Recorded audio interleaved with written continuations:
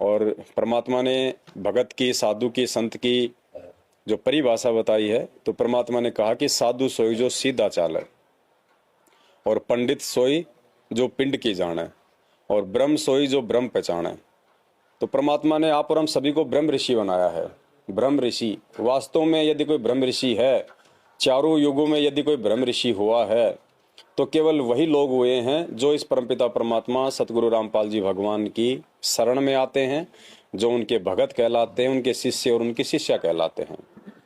आज से पहले ये परमात्मा चाहे किसी भी रूप में या किसी भी नाम से आए हों, जब जब लोग इनकी शरण में आते हैं, इनके भगत बनते हैं, और जो उस सृष्टि रचना से जब वे परिचित हो जाते हैं, तो वे जो है वो ब्रह्म ऋषि बन जाते हैं। ब्रह्म यानी परमात्मा भगवान, और ऋषि यानी संत महात्मा भगत, जो उस ब्रह्म को जानता हो, जो उस परमात्मा को जानता हो।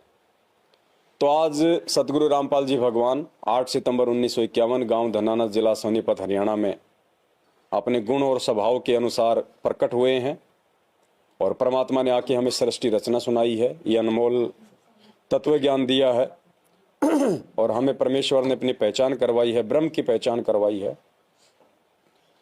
लाखों लोगों को उन्होंने नाम दीक्षा दी है, उनको अपनी शरण में लिया है, लेकिन लाखों लोग नहीं जान पाए कि वास्तव में वो ब्रह्म कौन है।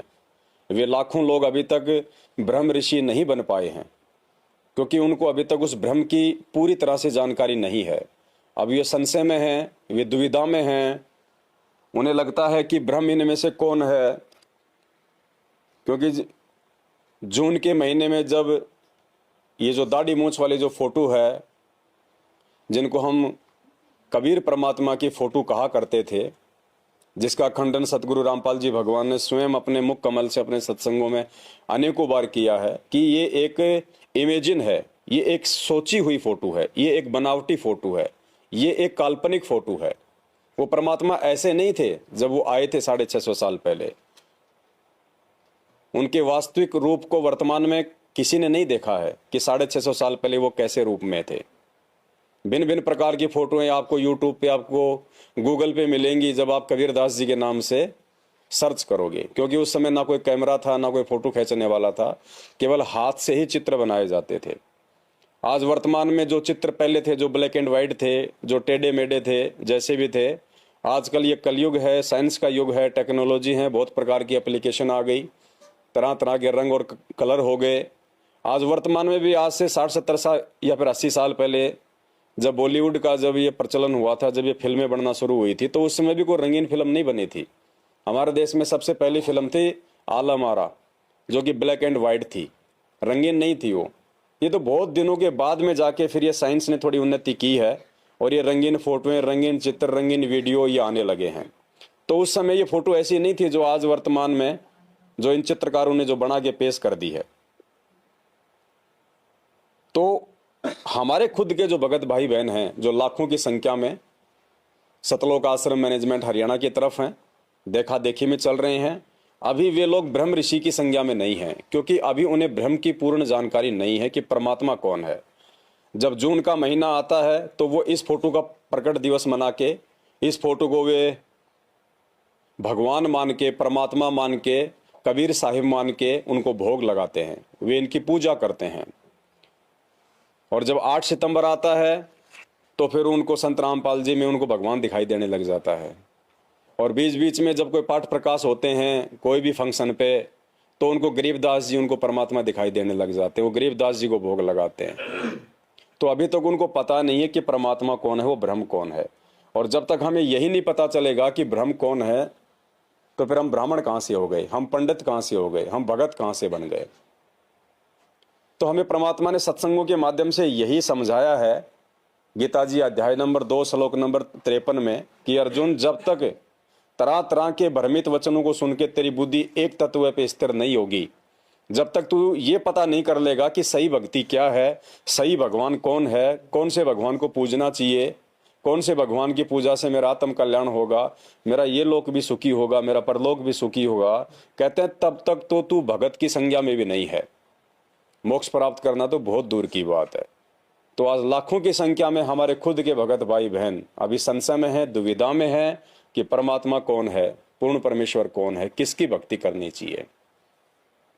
क्योंकि गीता जी में स्पष्ट कहा है परमात्मा ने कि पूर्ण परमात्मा ही भोग लगवाने का अधिकारी है, किसी और को हम भोग नहीं लगा सकते। परमात्मा को ही भोग लगाया जाता है भंडारे का, और उसके बाद जो हम खाते हैं, जो शेष अन्न भंडारे का बचा हुआ भोग लगने के बाद, उससे हमारे पाप कर्मों का नाश होता है। तो ये जो विधि है वास्तव में ये परमात्मा ने अपने यथार्थ 13वें कबीर पंथ में सात संगति के माध्यम से शुरू की है। आज हम लोगों को इन बातों का धीरे धीरे ज्ञात होता जा रहा है कि वास्तव में परमात्मा कौन है। और जब हमें मालूम हो गया इस बात का कि परमात्मा कौन है, उसके बाद देखो हमने सारी फोटोएं हटा दी है अपने घर से, अपने दरबार से, यहाँ तक कि जो लॉकेट हम जो पहले आश्रम में लेके आया करते थे, हम गले में पहना करते थे, उस लॉकेट में भी एक तरफ तो ये दाढ़ी मूछ वाली फोटो हुआ करती थी, एक तरफ सतगुरु रामपाल जी की फोटो हुआ करती थी। तो बहुत सारे भगत भाई बहन जो आज भी लॉकेट पहनते हैं, लेकिन उन्होंने जो पीछे जो दाढ़ी मूछ वाली फोटो है उसको उन्होंने हटा दिया। दास जब जेल में था और जब वहाँ पे मालूम पड़ा कुछ लोगों को कि भाई ये संत रामपाल जी का ये भगत है, तो फिर मेरे साथ में रहा करता था एक, तो 5-7 दिन बाद में वो क्या किया कि उसने मुट्ठी बंद करके आया मेरे पास में, बोले बहुत शानदार चीज़ लाया हूँ आपके लिए। मेरे जेल में मेरी क्या चीज़ है भाई, मैं तो पहली बार आया हूँ, मैं तो को रख के भी नहीं बोला यहाँ कोई ऐसी चीज़। बोले सोचो क्या हो सकता है, मुझे क्या पता क्या हो सकता है जेल में। तो फिर उसने मुट्ठी खोली तो उसमें लॉकेट था। क्यों, भगत बहुत सारे रहे हुए ना जेल में, तो नहाते धोते समय कोई टूट गया होगा या वैसे होगा कोई, या उसको मिल गया होगा कहीं पे गिरा हुआ, तो वो लॉकेट लेके आया मेरे पास में। तो लॉकेट लाया तो मैंने लॉकेट ले लिया हाथ में, अब देखा तो उसमें एक तरफ तो गुरुजी की, एक तरफ दाढ़ी मूछ वाले की। तो चक्कू पड़ा था वहाँ पे, सब्जी उब्जी काटते थे, तो मैंने वो चक्कू से उसको हटाना शुरू कर दिया। अरे बोले ये क्या कर रहे हो आप? बोले मैं तो लाया हूँ बड़ी मुश्किल से। अरे मैं को बड़ी मुश्किल से तो लाया हूँ, लेकिन ये मगर साथ में तू एक मुश्किल भी ले आया। तो मुश्किल भी ले आया साथ में। बोले क्या? मगो ये हमारे गुरुजी है, हमारे लिए सब कुछ, परमात्मा भगवान कबीर जी सब कुछ यही है। ये जो दूसरे है ना दाढ़ी मूछ वाले, ये तो काल्पनिक फोटो है, ये भगवान थोड़ी है, परमात्मा थोड़ी है।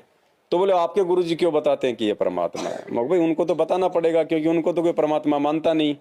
अगर वो कहते 1994 में जब ये ज्ञान उन्होंने प्रचार करना शुरू किया कि भाई वो एक परमात्मा कौन है, अगर वो उस समय कह देते कि मैं हूँ वो कबीर जी, मैं ही वो दाढ़ी मूछ वाला हूँ जो 650 साल पहले आए थे, तो मैंने कहा कोई भी उनकी भक्ति को स्वीकार नहीं करता कि भाई ये तो अहंकारी है, ये तो दम्भी आदमी है, अपने आप को भगवान कहता है, स्वयंभू बन गया है, पता नहीं कितनी तरह की बात करते।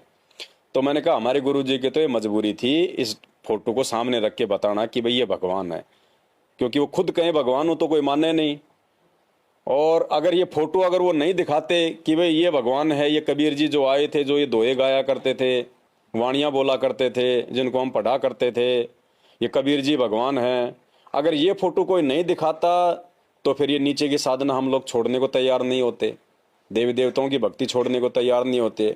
क्योंकि हमारे को तो फिर हमारे मन में ये सवाल हो जाता है कि जो भगवान कौन है फिर? तो गुरु जी कहते भाई वो कबीर जी हैं भगवान, कबीर परमात्मा। वेदों में नाम भी दिखा देते, सब कुछ वो दिखा देते, फिर भी हम कहते जी वो कैसा है, गोल है, मटोल है, लंबा है, छोटा है, कोई फोटो फाटो है उसकी? तो गुरु जी कहते भाई उस समय कोई कैमरे थोड़ी थे। तो हम कहते जी कैमरे, तो चलो भाई अच्छी बात कर दी आपने।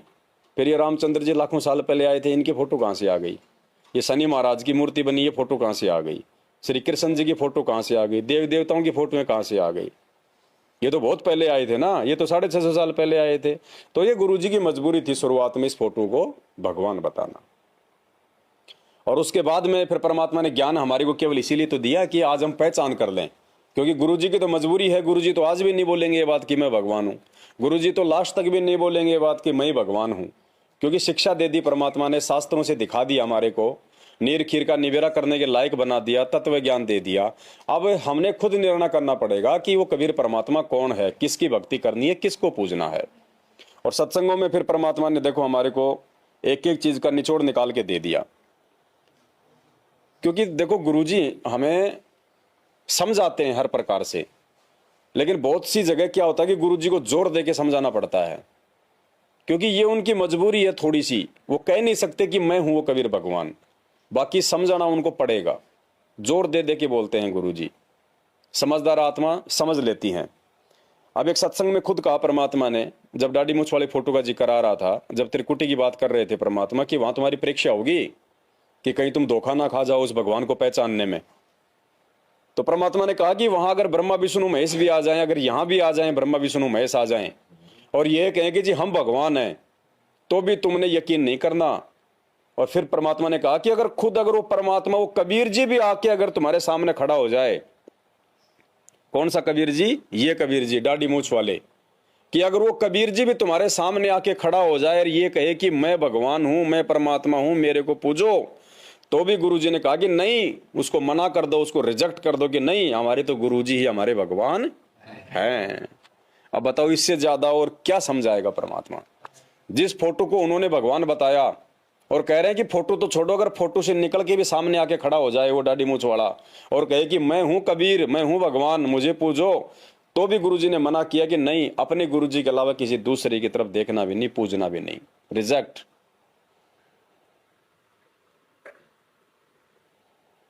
कबीर साहिब से लाभ लेना है तो ये नियम अपना आजीवन निभाना होगा। स्वयं परमात्मा ब्रह्मा विष्णु महेश भी आ जाए, कोई आके यूं कहे मैं कबीर हूं, या स्वयं परमात्मा भी आ जाए, तो भी आपकी श्रद्धा डगमग नहीं हो कि नहीं, हमें तुम्हारे भगवान गुरुदेव, हमारे भगवान तो हमारे गुरुदेव ही हैं और कोई भगवान नहीं है। हम नहीं जानते किसी को कौन परमात्मा है कौन नहीं है, हमारे तो गुरुजी ही भगवान हैं। क्योंकि भक्ति का विधान है शास्त्र, भक्ति का विधान है गीता जी, और असली भक्ति का असली विधान है पांचवा वेद, सूक्ष्म वेद, परमात्मा की वाणियां, जो आज गुरुजी ने हमें समझाई, हमें बताई कि 7 दीप 9 खंड में गुरु से बड़ा ना कोई, करता करे ना कर सके, गुरु करे सो। अब बताओ फिर हम कौन से भगवान की उम्मीद करेंगे भाई? फिर हम जून के महीने में कौन से भगवान को भगवान मान के हम उसको भोग लगा रहे हैं, उस फोटो को हम उसका प्रकट दिवस मना रहे हैं? तो ये हमारी अल्प बुद्धि का परिचय है भी। ऐसा करने वाले भगत अपने परमात्मा को दुखी करते हैं। इतना ज्ञान समझने के बाद भी कोई कमी नहीं छोड़ी परमात्मा ने।